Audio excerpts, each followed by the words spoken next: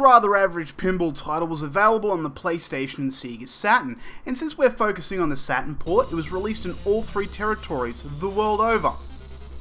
This game was released by Ocean, who've done many games. Not only can I not think of another game by Ocean on the Saturn, but I'm also having a hard time trying to find a reliable resource, which tells me.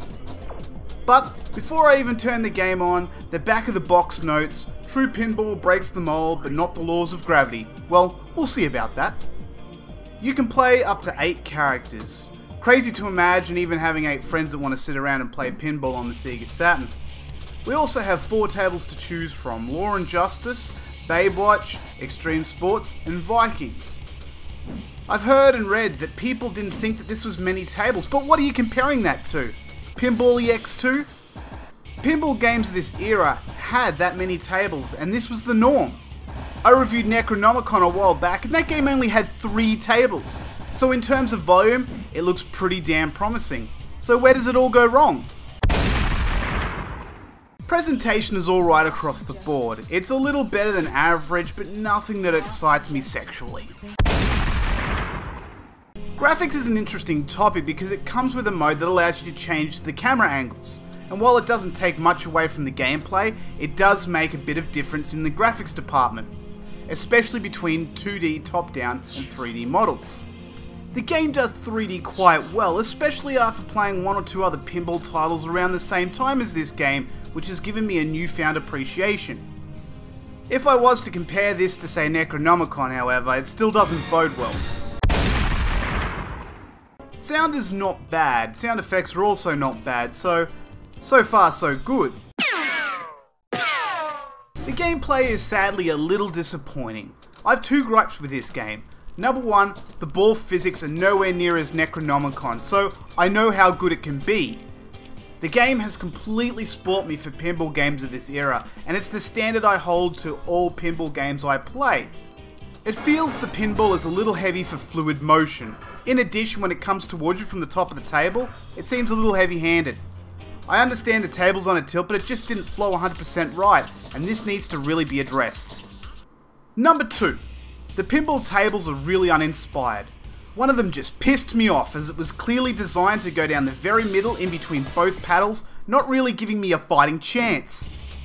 If these tables were both purely copies of ones that exist in the real world, it doesn't really change anything. Now, I'm not saying all the tables are bad, because one table was actually quite good, and that was the Vikings table. It was the last table I played, and up until this point, I was geared up to give this game quite a reaming, and then start lashing out at others unnecessarily for liking this game in the first place. Clearly loved by those who've never played a good pinball game from this era. But I also wasn't very forthcoming about sound. The 5 words I spent giving you my opinion on the sound is mostly true, except for the Vikings table. It really adds something. It's quite a bizarre and out-of-the-box soundtrack that I simply love. I couldn't help but feel that this one table was clearly a fluke. As an example, if you release 4 tables and only one of them's really good, it either means 4 people did a table each and one guy knows what he's doing, or the team just got lucky here. I know this sounds like words of Captain Obvious, but replay value all depends on whether you like pinball. I think with 4 tables you're going to get a little replay value, but not a whole lot, most of it coming from the Vikings table. That being said, it's less about the amount of tables and more about the quality of the title, which I don't think is here at all. Would I recommend this game? No. I wish I could recommend just the one table.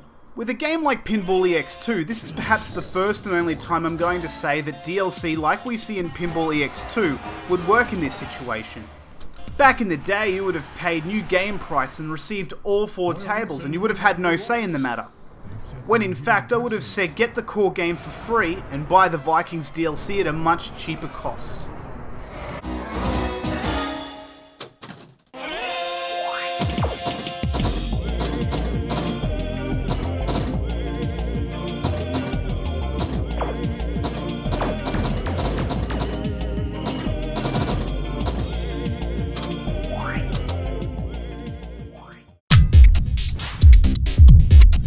As always, thank you very much for watching.